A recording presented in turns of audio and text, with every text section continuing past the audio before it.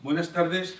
En primer lugar, muchas gracias a la Fundación de NAES por haber aceptado la invitación del Grupo Parlamentario Vox en las Cortes Valencianas para realizar esta magnífica actividad, esta jornada sobre la literatura valenciana y la tradición española. Iván, muchas gracias, por supuesto, a los ponentes de esta mesa, a los que nada habría que añadir ya, pero me toca también aportar, bueno, pues alguna reflexión, y a los ponentes de la segunda mesa, que desde luego va a ser igualmente enriquecedora, ¿no?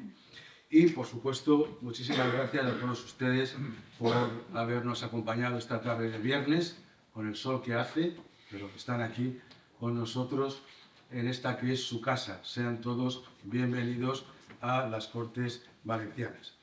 Bien, yo, para abordar la cuestión que se nos plantea esta tarde, y en concreto en esta primera mesa, hegemonía cultural, izquierda y catalanismo, políticas de identidad y literatura valenciana desde la transición, Vicent Andrés Estellés y Joan Fuster, como paradigmas del catalanismo literario, quisiera, con el permiso de Iván, quisiera comenzar, y con perdón, negando la mayor, o si quieren, la menor, pero en todo caso quiero hacer alguna aclaración porque, en mi modesta opinión, creo que es procedente al menos de principio. No creo que Vicent Andrés Estellés y Joan Fuster sean exactamente paradigmas del catalanismo literario. O mejor, no creo que sean paradigmas literarios, o al menos no creo que sean únicamente eso. Yo estoy realmente convencido de que son ideólogos políticos y creo que son artífices paradigmáticos. Eso sí, de la instrumentalización de lo literario como arma política. En su caso del catalanismo, sí, pero no solo cultural, sino utilizando la cultura en su propio interés ideológico. Además, es claro que un artífice no es un contador de la realidad, no es un creador, ni siquiera un historiador. Un artífice es un arquitecto de su propia construcción, a su gusto, a su imagen y semejanza, podríamos decir. Ambos, uno quizás abiertamente más político como Fuster y otro más tapado en la poesía como Estellés, se sitúan en el mismo marco sociopolítico-cultural, la unidad de la lengua, entendiendo que el valenciano es catalán. Y como consecuencia directa, simplemente con esto, con la lengua, la identificación de la cultura y, por tanto, la tradición, las costumbres, los símbolos, la ubicación sociopolítica entre Cataluña y Valencia, sin diferenciación alguna. Y que acaba siendo, como no, la identidad catalana la que se impone frente a la identidad y la singularidad valenciana. Y para esa idea de unificación catalana, ambos expulsan de la ecuación todo aquello que huela a valenciano, en su confluencia, en su íntima conexión con la nación española. Una lengua común a todos los españoles, unas costumbres arraigadas en toda la península, el conocimiento por igual de ambas lenguas, el español o castellano y el valenciano, la unidad nacional pluricentenaria. De ahí que el planteamiento de ambos, por disgregador, por sectario, por falsamente identitario, haya tenido y siga teniendo un rechazo frontal, al menos por parte de la sociedad valenciana, que se resiste, que no está condicionada por el pensamiento impuesto por las élites catalanas y la izquierda separatista. Esto se advierte en el día a día cultural, impulsado durante décadas por la izquierda, por el poder político y económico separatista catalán y por los políticos valencianos validos del separatismo y aquellos a los que han estado siempre dispuestos a vender a los valencianos por un simple plato de lentejas. Así ocurrió con el PP, que aceptó colaboró y fomentó esta idea de una lengua común con Cataluña y una invasión cultural en Valencia para conseguir un gobierno. Hoy, el mayor caballo de Troya dentro de casa, de nuestra casa, que pretende disolver con ácido nuestra diferencia, nuestra identidad, nuestra singularidad, es la Academia Valenciana de la Lengua, que fue blindada estatutariamente por el Partido Popular en el poder, de lo que incluso, cuando hablan en la tribuna de las Cortes la izquierda, es una burla directamente hacia el propio Partido Popular. Esto ha llegado a tal punto que si uno busca en Google o, por ejemplo, acude a la inteligencia artificial que se suministra fundamentalmente de datos de las webs, de las redes, nos encontramos con que incluso se habla, lo decía José Vicente, se habla del Reino de Cataluña, cuando nunca ha existido, olvidando el Reino de Valencia, que aún subsiste y cuyo monarca es el rey de España, o el Reino de Mallorca, el Reino de Cataluña. Al final, desde la lengua, se ha llegado a construir una falsedad histórica y a inventarse una falsa realidad política. El por qué la izquierda ha asumido desde el principio estas posturas frente a la verdad histórica y cultural es quizás objeto de una reflexión pues quizás más profunda o más extensa de lo que puede suponer el contexto en el que hoy nos encontramos y que desde luego tendría que someterse a un análisis pues, de sociólogos, de filólogos, incluso historiadores e incluso antropólogos. Yo solamente me voy a permitir apuntar una razón: la falta de discurso de la izquierda, desde la lucha de clases, que ya no pueden estirar más. Hay que inventarse algún nuevo discurso. Y también quiero decir con total convencimiento que esa desesperación por construir un falso imperio, una gran nación dentro de España, con ansias de separarse e incluso enfrentarse a la propia nación española, podría tener que ver mucho con ideas supremacistas que, por otra parte, no son patrimonio de la izquierda, pero sí han hecho confluir a un nacionalismo exacerbado con una izquierda radical en nuestro mundo contemporáneo. Lo ha apuntado precisamente Manuel. Yo tenía la referencia a el PNV por un lado y ETA por el otro. Nos ha apuntado muy acertadamente que tenemos al catalanismo, que en algún momento lo fue el propio CIU, y, pues, por ejemplo, podríamos hablar de Terra Lliure, con intereses que se han sumado con un objetivo común. Pero esa unión izquierda-nacionalismo, con lo que sí tiene que ver, a mi juicio, es con una clara intención de romper España. Su historia, su prestigio, su unidad y su estabilidad, tanto interna como a nivel internacional. En definitiva, se trata de hacer añicos una unidad en la diversidad, una unión de muchos con sus características propias y comunes, para recoger los pedazos y pegarlos al antojo de los nuevos oligarcas.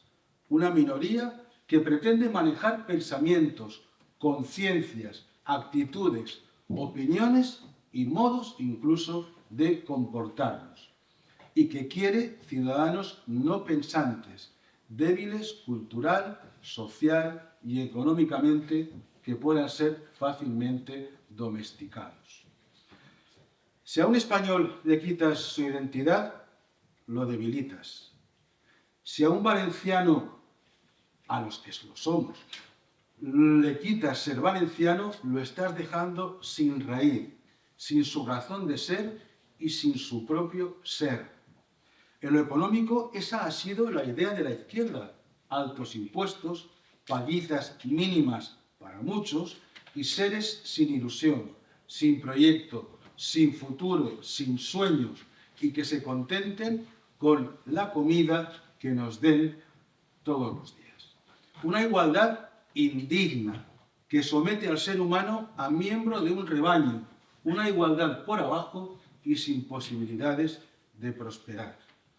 Por eso Fuster es un referente, porque no plantea ningún debate, sino que su pseudo-intelectualidad le lleva a evitar ese debate, dando por ley lo que son sus propias pretensiones ideológicas.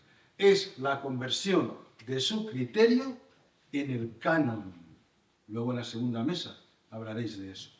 Y por eso lo es también Andrés Estellés, cuya obra, por cierto, obra para muchos de muy bajo e incluso grosero nivel, se ha convertido en un referente ideológico por encima de su supuesto valor literario. Si no fuera así, ¿por qué la izquierda se empeña en defender tanto a unos autores como Fuster o Estellés, despreciando a otros? ¿Es de verdad porque son un referente valenciano? ¿O es porque son un referente anti-español y anti el valenciano no separatista? ¿Por qué la izquierda, piénsenlo, por qué la izquierda de hoy se ha olvidado completamente de Blasco Ibáñez, republicano y de izquierdas? ¿Será porque hay un interés político, pero para nada cultural? Pero hay más datos. Si ustedes se fijan en el logo de la Generalitat, las últimas décadas, con los años se ha ido desdibujando la representación de un reino y nos han convertido, no sé bien si en un marquesado, en un ducado o en un vizcondado. Dicen que es por simplicidad, por sencillez del logo. Para nada, en absoluto, había una clara intención de rebajar la calidad de nuestra historia y de nuestras raíces, disolviendo. Pero estas intenciones son tan claras que desde que Vox ha llegado a la política han ocurrido dos cosas sobre las que llevo tiempo pensando y que les transmito y que creo que son realmente curiosas. Cuando Vox era un partido extraparlamentario y muy minoritario, cuando defendíamos la singularidad de la lengua valenciana dentro del proyecto pluricentenario español y distinta a Cataluña o a la catalana, a la lengua catalana, que se ha utilizado como arma política desde la transición, se nos decía que eso era un debate cerrado, que ya todo el mundo se había puesto de acuerdo, que no había nada que discutir y que no teníamos ni idea. Después, cuando Vox llega a las instituciones y adquiere un peso político en nuestra comunidad y nos negamos a aceptar esa chorrada de los debates cerrados, yo diría cerrados en falso, han cambiado de actitud. Lo estamos viendo todos los días, llevan ya, yo diría, unos meses. Cuanto más nos metemos con la Academia Valenciana de la Lengua, más ellos siguen con esto. Vean ustedes, escuchen sus discursos y lo oirán. Ahora la izquierda dice que la lengua valenciana que nosotros defendemos, distinta al catalán, es un valencià de poble, un valenciano mal escrito y mal hablado, un valenciano de barra de bar o de partida de truc. Fíjense, por una parte la chulería de los supremacistas y por otra cómo han cambiado de estrategia.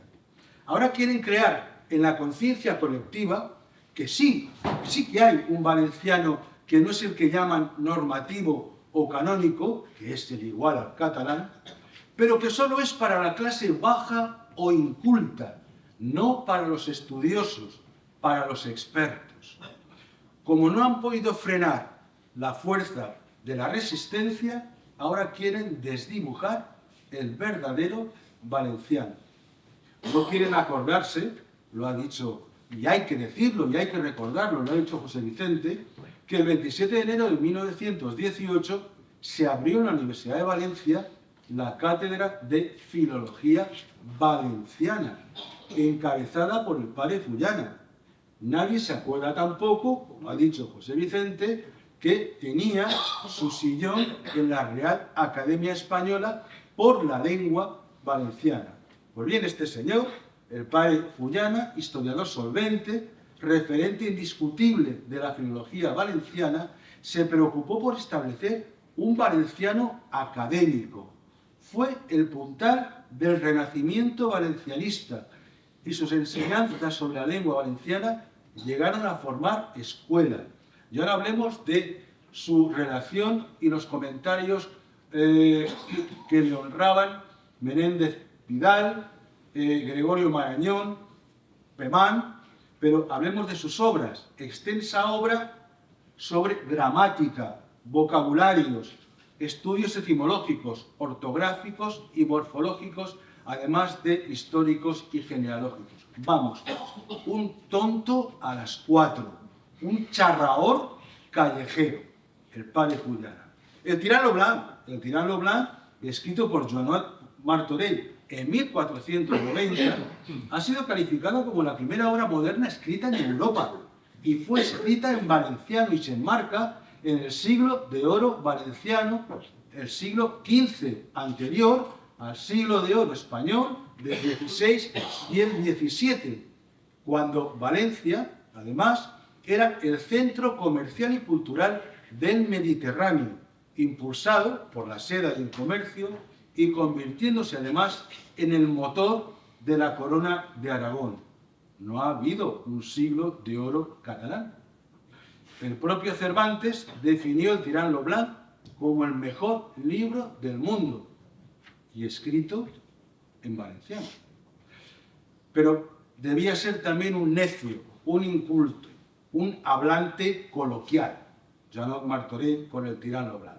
Y lo mismo Isabel de Villena, reconocida como la primera escritora en lengua valenciana, Ausiàs March, poeta valenciano del amor, Jaume Roig, con su obra L'Espill, una de las grandes obras, además, de la literatura medieval valenciana, y tantos otros.